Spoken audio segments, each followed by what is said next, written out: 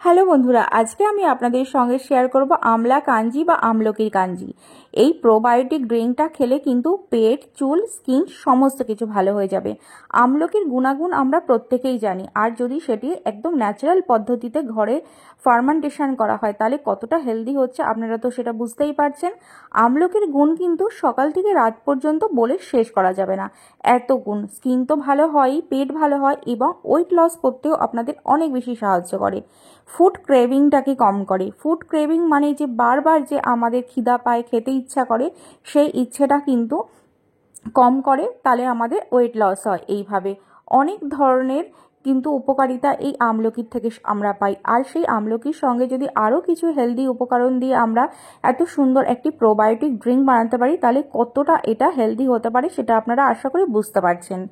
আমি এখানে নিয়ে নিয়েছি এক টুকরো হলুদ। হলুদটাকে ছুলে আপনারা দেখতে পেলেন এইভাবে ছোট ছোট কি করে আমি কেটে নিয়েছি। হলুদের কথা আর কি বলবো, হলুদ তো আপনারা জানেনই, এটি অ্যান্টিবায়োটিকের কাজ করে। তারপরে নিয়ে নেব আমি এক টুকরো আদা। এটা 2 ইঞ্চি মতন আমি আদা নিয়েছি। আদাটাকেও কিন্তু আমি ছোট ছোট করে কেটে নেব। তারপরে বন্ধুরা আমি নিয়ে নিয়েছি এখানে 3টে ছোট সাইজের লঙ্কা, একদম যেগুলোতে ঝাল হয় না, না বললেই হয়। আর এটা সম্পূর্ণ অপশনাল, নাও দিতে পারেন আপনারা। এটা দিলে কিন্তু একটা ট্যাঙ্গি ফ্লেভার হয়, খেতে কিন্তু ভালো লাগে। এটা স্কিপ আপনারা করতে পারেন। আমি আবারও দেখিয়ে দিচ্ছি, ভেতরে কিন্তু বীজগুলো একদম ছোট ছোট, পারলে বীজগুলো ফেলেও দিতে পারেন।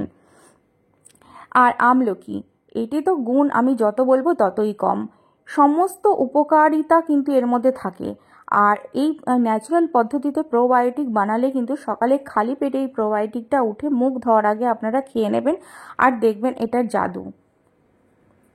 আর নিয়ে নিয়েছি এখানে এক চামচ করে, 1 চামচ কালো সর্ষে, 1 চামচ হলুদ সর্ষে। এটাকে একটা গ্রাইন্ডারে এরকম ধরনের একটি গুঁড়ো করে নেবেন। পুরো কিন্তু একদম পেস্ট পাউডার বানাবেন না, এরকম ধরনের করবেন। তারপরে আমি একটি পাত্রে জল বসিয়ে দিয়ে জলটা কিন্তু ফুটিয়ে ঠান্ডা করে নিতে হবে। বন্ধুরা, গরম জল কিন্তু ব্যবহার করবেন না, জলটা ফুটিয়ে আবারও বলছি একটু ঠান্ডা করে নেবেন। জলটা ঠান্ডা হয়ে গেলে আমি দেখুন তারপরে দিয়ে দিচ্ছি একটা কাচের জগের মধ্যে আমলকি। তারপরে দিয়ে দেবো হলুদের টুকরোগুলো। একে একে সমস্ত উপকরণগুলো দিয়ে দিচ্ছি। তারপরে আদার টুকরোটা আমি দিয়ে দিলাম।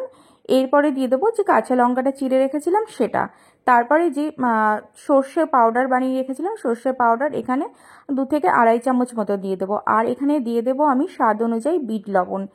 বিট লবণটা দিলে কিন্তু টেস্টটা অনেক ভালো হয়। তারপরে ঠান্ডা করে রাখা যে জলটা, ফুটিয়ে রাখার জলটা, সেটা আমি দিয়ে দিচ্ছি।